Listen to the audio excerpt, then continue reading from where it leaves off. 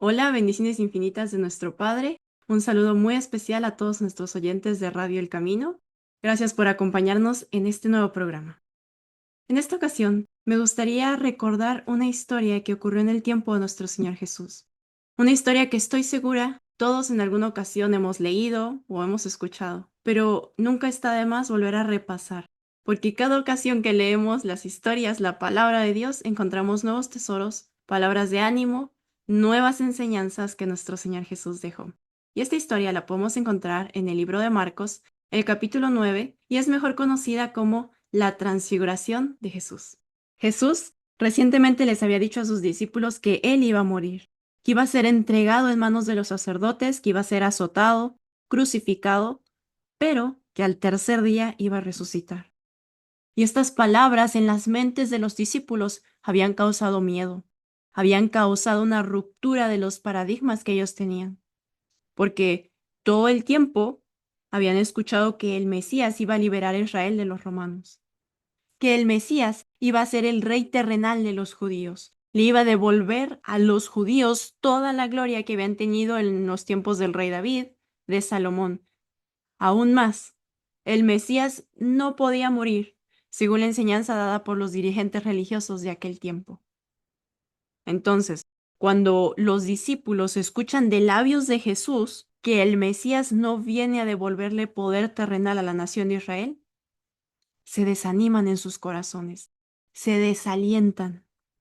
Y en un día de estos, que Jesús les había hablado de su muerte, que les había predicho cómo iba a ser el futuro del Mesías, que les había abierto ante sus ojos las profecías para condescender con los discípulos, para mostrarles más de su ministerio, para ahondar la confianza de los discípulos en Cristo, para que lo puedan entender mejor. Nos cuenta la historia que dejó a 9 de los discípulos al pie de la montaña y subió con 3 de sus discípulos al monte de la Transfiguración. Ustedes saben, Pedro, Santiago y Juan. Ellos eran los discípulos más allegados a Jesús, pero este acto de parte de Jesús, que obviamente tenía su propósito, su motivo, provocó lo que siempre era tema de discusión entre los discípulos. ¿Quién es el mayor? ¿Quién va a gobernar sobre el resto de los discípulos? ¿Quién se va a sentar a la diestra de Jesús y a la izquierda en el nuevo reino? Este era el tema que cada que había oportunidad, los discípulos sacaban a discusión.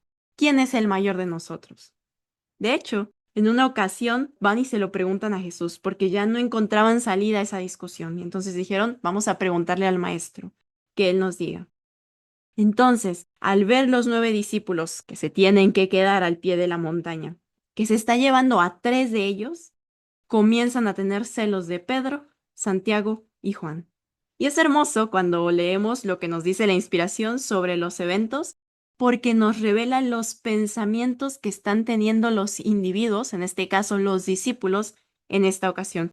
Cosa que la Biblia pues no nos lo revela tan claramente, pero cuando vamos al deseo de todas las gentes podemos saber los pensamientos que los discípulos están teniendo en este momento, la reacción que tienen los discípulos ante este acto de Jesús, ante este llamado de Jesús, de dejar 9 al pie de la montaña y de llevar solo a 3 de ellos.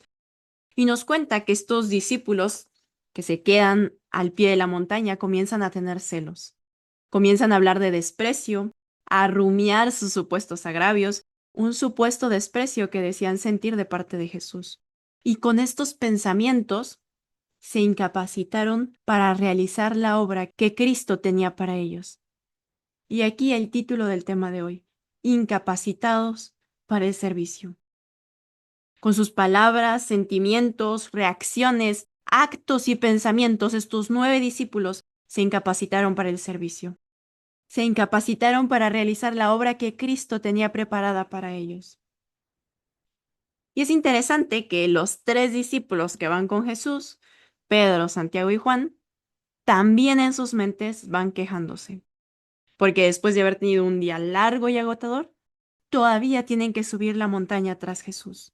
Entonces, ellos también van con pensamientos intrigantes. También van pensando, ¿por qué no nos podemos quedar abajo? ¿Por qué razón tenemos que subir la montaña? Y yo creo que en este momento de la historia, bajo este contexto, podemos sacar una enseñanza para nuestra vida. A veces nos encanta estarnos comparando con los otros. Nos encanta decir, pensar, ¿por qué a él sí y por qué a mí no? ¿Por qué a él sí lo invitan y a mí no? ¿Por qué él sí puede hacer eso y yo no? Y muchas veces nosotros en nuestros celos, en nuestras contiendas, en nuestra desunidad, nos estamos incapacitando para la obra de nuestra vida. Y no sabemos que el que está allá haciendo ese trabajo que nosotros estamos codiciando, que desearíamos estar haciendo y que nos estamos mortificando con nuestros pensamientos de celos, de contiendas, de disensión, a lo mejor, no quiere decir que siempre, pero está llevando congojas y penalidades. Y capaz no es lo que esa persona desearía estar haciendo. Pero el Señor sabe qué necesitamos cada uno de nosotros. Y nos da el trabajo, la obra, la tarea que va a pulir nuestro carácter, que nos va a perfeccionar. El asunto es que estos discípulos, los 12, con sus pensamientos, con sus actitudes, con sus palabras, estaban incapacitándose para la obra que Cristo quería que ellos realizasen. Cuando llegan a la montaña, Jesús se puso a orar y entonces les dice a Pedro, Santiago y Juan que oren también. Sin embargo, estos pensamientos de duda, de queja, habían atraído al espíritu de Satanás a su alrededor. Y dice que el sueño era fuerte sobre estos 3 discípulos. Y en lugar de orar, se quedaron dormidos. Los otros 9, al pie de la montaña, tampoco estaban orando. Estaban hablando sobre el desprecio que habían sentido, sobre celos. ¿Por qué razón será que estos 3 discípulos tienen que ser más favorecidos por nuestro Señor Jesús? Así que se quedan esta noche al pie de la montaña despertando dudas. Judas era el que en la mayoría de las ocasiones soltaba más dudas con respecto a Jesús. Tergiversaba sus actos y palabras y obscurecía el camino del resto de discípulos.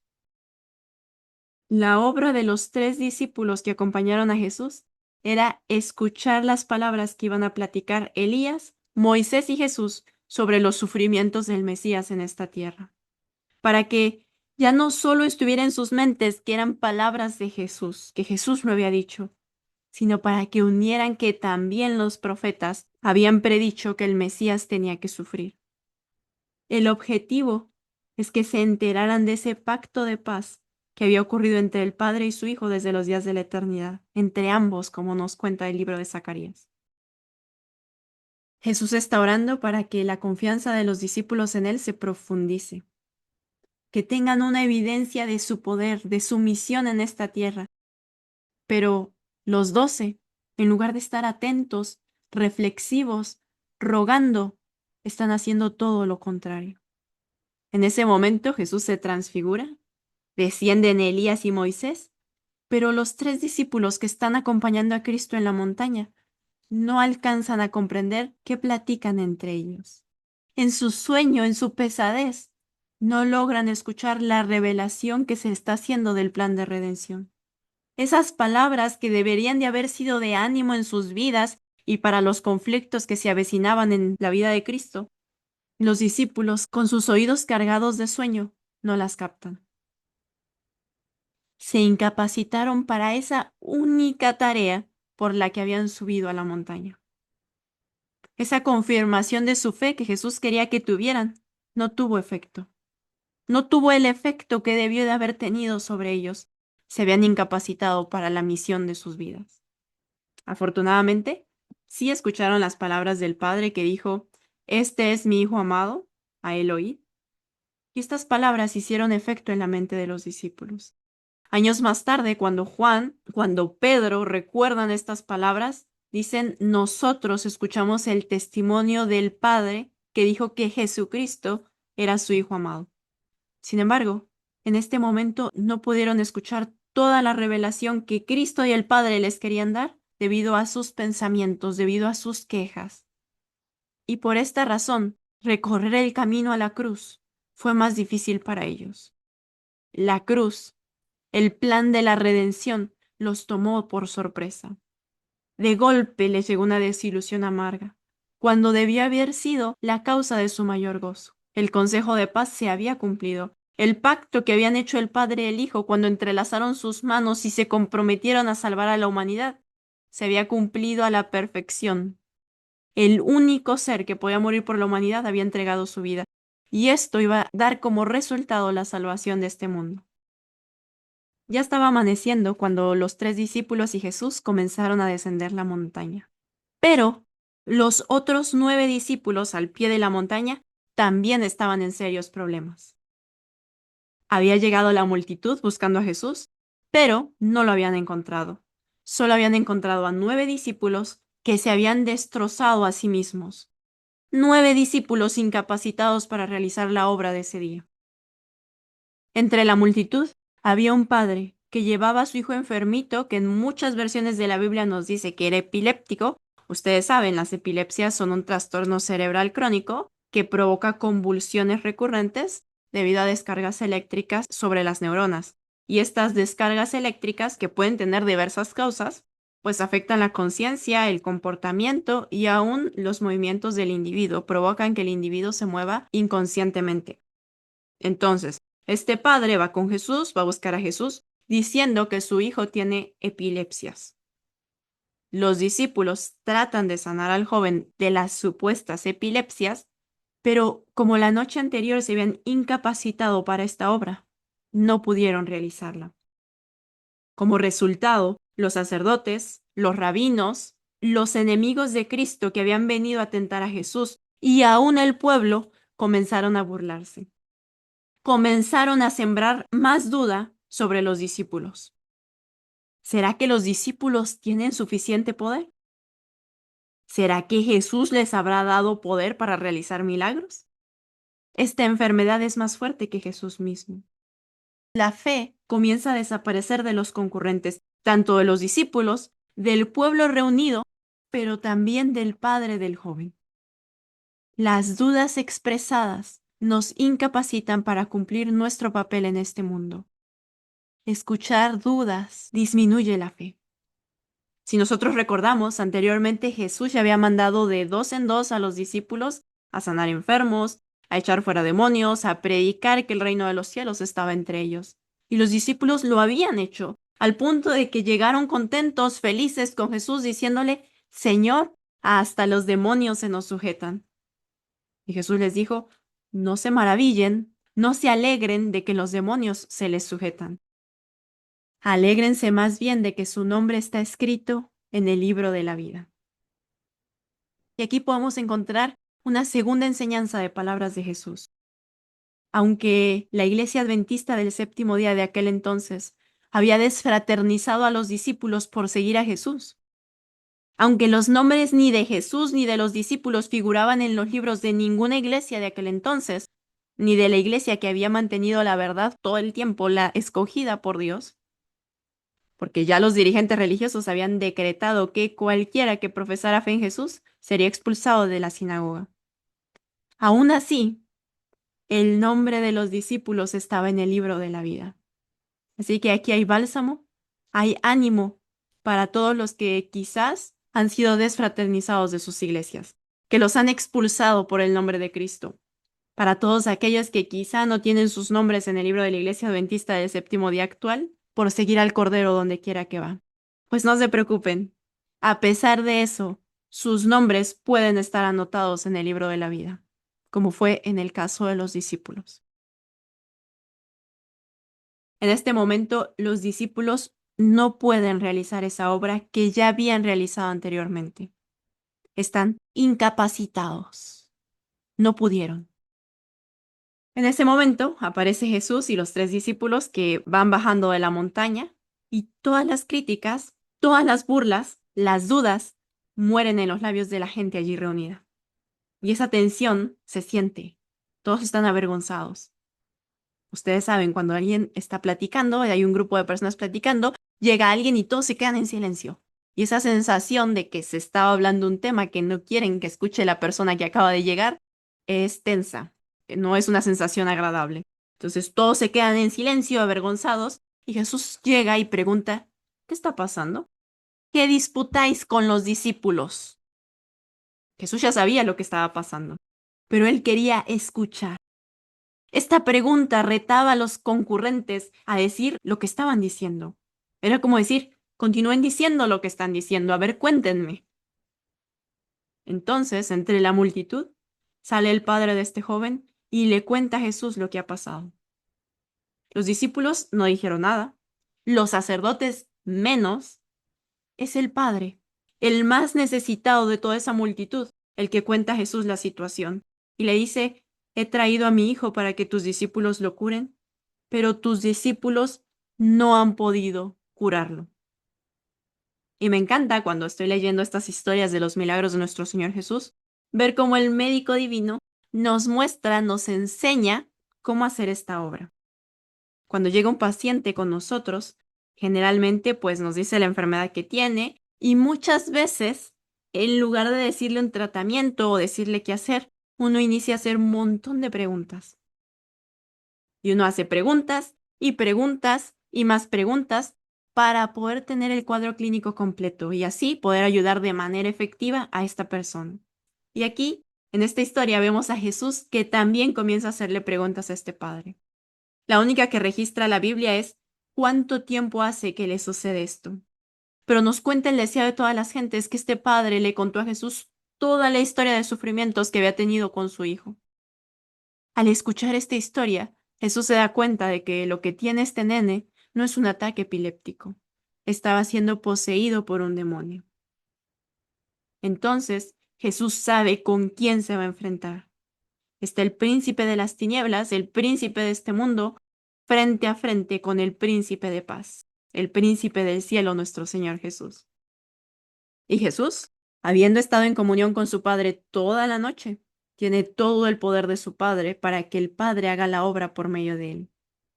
Cristo no se había incapacitado para la obra que su Padre tenía para él, y por lo tanto puede actuar con la autoridad de su Padre. Y el padre de este nene, cuando termina de contar toda la historia a Jesús, le dice unas palabras interesantes, unas palabras que salen de lo más profundo de su corazón y que revelan sus pensamientos, su dolor, su frustración y su desesperación. Esa sensación que solo un padre puede saber, solo un padre puede sentir. Y nos dice el texto, si puedes hacer algo, ten misericordia de nosotros y ayúdanos.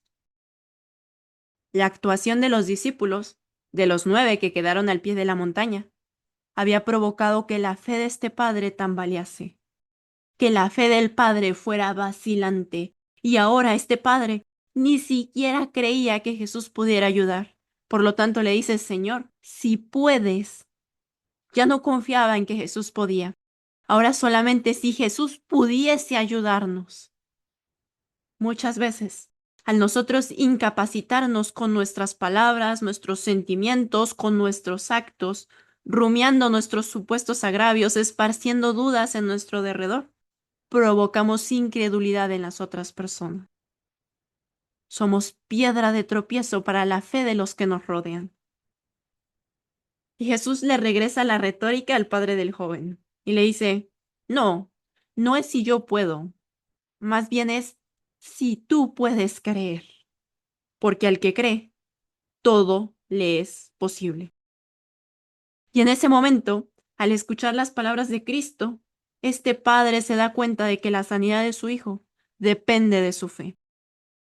Este padre no tiene fe, y al ver su imposibilidad, al ver que todo depende de esa fe que no tiene, que los discípulos, que las personas que lo rodean han eliminado, no culpa a los discípulos. No pierde tiempo explicando el por qué ha perdido la fe, explicando esta incapacidad de él para confiar. Al contrario, este padre hace un pedido a nuestro Señor Jesús, un pedido desesperante, un pedido que hasta el momento no he encontrado que en la Biblia otra persona le haya hecho a nuestro Señor Jesús. Este padre le dijo, Señor, ayuda mi incredulidad. Otras versiones dicen, ayuda mi fe vacilante. En una ocasión, los discípulos le dijeron a Jesús, Señor, aumentanos la fe. Pero ustedes saben cómo se aumenta la fe. La fe se aumenta con pruebas, con dificultades. Este padre no le pide a Jesús que le aumente la fe. Al contrario, le dice, Señor, ayuda a mi incredulidad. Ayúdame tú con mi incredulidad. Yo no puedo, no sé creer. Y la respuesta que Jesús le da a este padre es la ayuda que este padre necesitaba. Y si los discípulos o cualquier otro le hubiera hecho este pedido a Jesús, hubieran tenido una confirmación para su fe. Hubieran tenido ayuda con su incredulidad.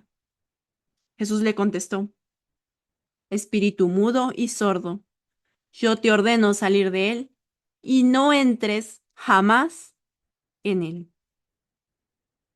Jesús, en sus milagros, hasta donde he leído, nunca les decía o les confirmaba que jamás iban a sufrir otra vez la enfermedad o a morir.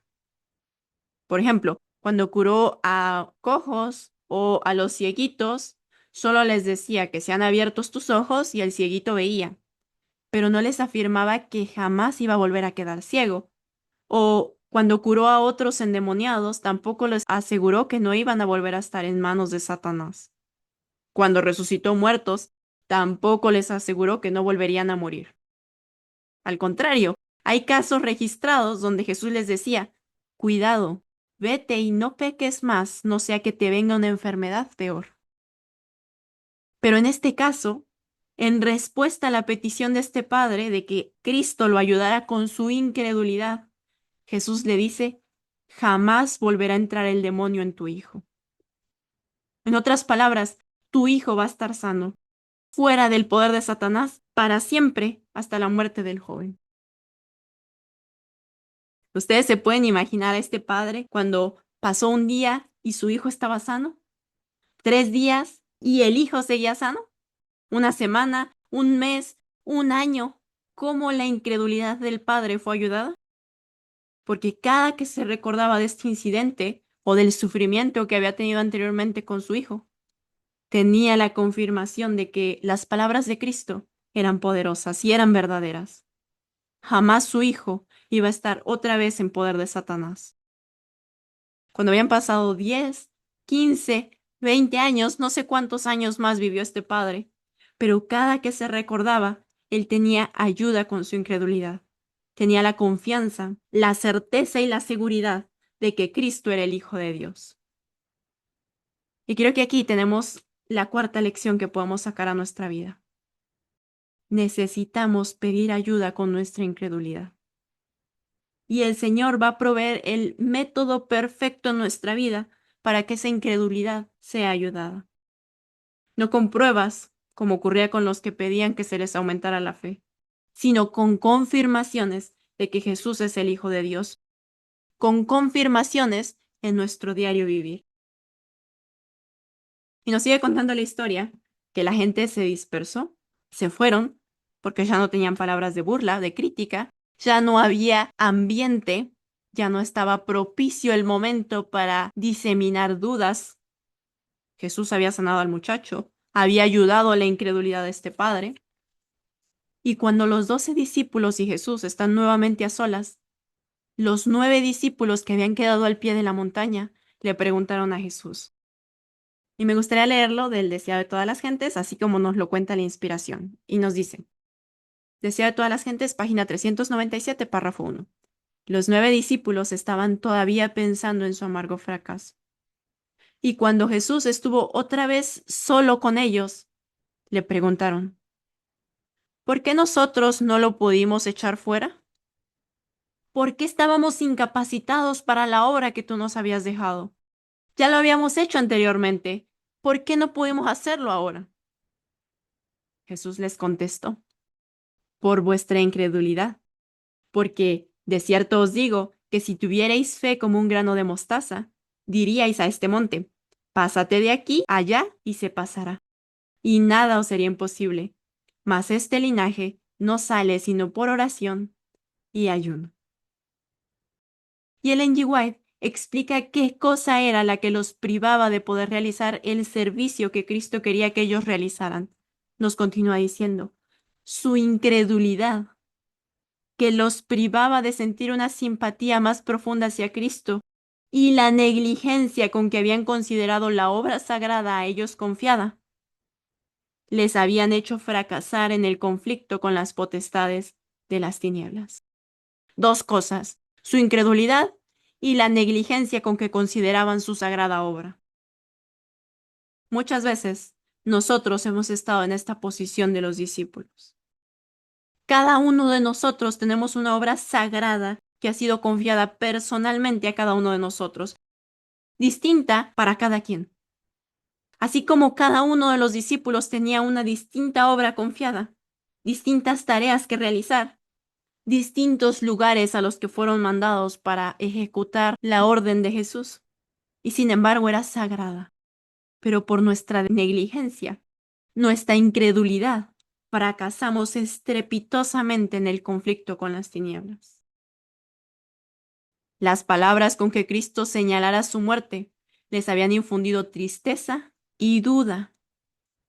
Y la elección de los 3 discípulos para que acompañasen a Jesús a la montaña había excitado los celos de los otros 9. En vez de fortalecer su fe por la oración y la meditación en las palabras de Cristo, se habían estado espaciando en sus desalientos y agravios personales. En este estado de tinieblas habían emprendido el conflicto con Satanás. ¿Cuántas veces nos hemos encontrado en esta misma posición, teniendo una obra sagrada encomendada para nuestra vida, pero en nuestra incredulidad, en nuestra negligencia, nos ponemos a espaciarnos en nuestros desalientos, a rumiar nuestros supuestos agravios, como dice Ellen G. White, espaciándonos en problemas, en por qué al otro hermano sí, por qué a mí no. Y en esta división de pensamientos, de ideas, nos estamos incapacitando para realizar la obra que Cristo nos ha encomendado a realizar. A fin de tener éxito en un conflicto tal, debían encarar la obra con un espíritu diferente. ¿Con qué espíritu estás encarando la obra de tu vida? ¿Con espíritu de queja? ¿Con espíritu de rebeldía? ¿Con espíritu de celos? ¿Con el espíritu de otro que no es Cristo, el Hijo de Dios? ¿Qué espíritu te mueve? Necesitamos un espíritu diferente. Necesitamos el espíritu de Cristo en nuestras vidas para poder vencer el mal, para poder cumplir la sagrada obra de nuestras vidas, nuestra misión en esta tierra. Necesitamos el espíritu del Hijo de Dios en nuestros corazones para brillar, para ser capacitados y salir victoriosos en nuestras luchas. Y yo creo que el llamado en este día lo podemos encontrar en El deseo de todas las gentes, la página 268, el párrafo 1. Y nos dice: cuando somos probados, no debemos agitarnos y quejarnos. No debemos rebelarnos ni acongojarnos hasta escapar de la mano de Cristo. Debemos humillar nuestra alma delante de Dios. Los caminos del Señor son oscuros para aquel que desea ver las cosas desde un punto de vista agradable para sí mismo. Parecen sombríos y tristes para nuestra naturaleza humana. Pero los caminos de Dios son caminos de misericordia, cuyo fin es la salvación. Mis amados, cuando nos encontremos ante problemas, ante dificultades, ante situaciones que nos gustaría quejarnos, agitarnos, rebelarnos, en lugar de actuar de esta manera y aumentar así nuestra incredulidad, humillemos nuestras almas delante de Dios. Pidamos ayuda con nuestra incredulidad. Y aunque esos caminos, ya sea de quedarnos atrás o de tener que subir la montaña y hacer un esfuerzo extra, parezcan oscuros para nuestra naturaleza humana, Dios sabe qué es lo que necesitamos para pulir nuestro carácter. Así que, ante la próxima situación que seguramente se va a presentar ante nosotros en este día, donde tengamos la oportunidad de quejarnos, de preguntarnos por qué a él sí, por qué a mí no, de agitarnos ante la mano de Dios que nos está guiando por caminos difíciles, de rebelarnos, de acongojarnos por supuestos agravios o por agravios personales que nos han hecho. Recordemos que esos caminos son los que Dios ha preparado para nosotros para pulirnos, para que podamos estar capacitados para realizar la obra que Él nos ha encomendado a nosotros. Y que por insignificante que nos parezca, esa obra es sagrada y no hay nadie más en este mundo que pueda realizarla en lugar nuestro.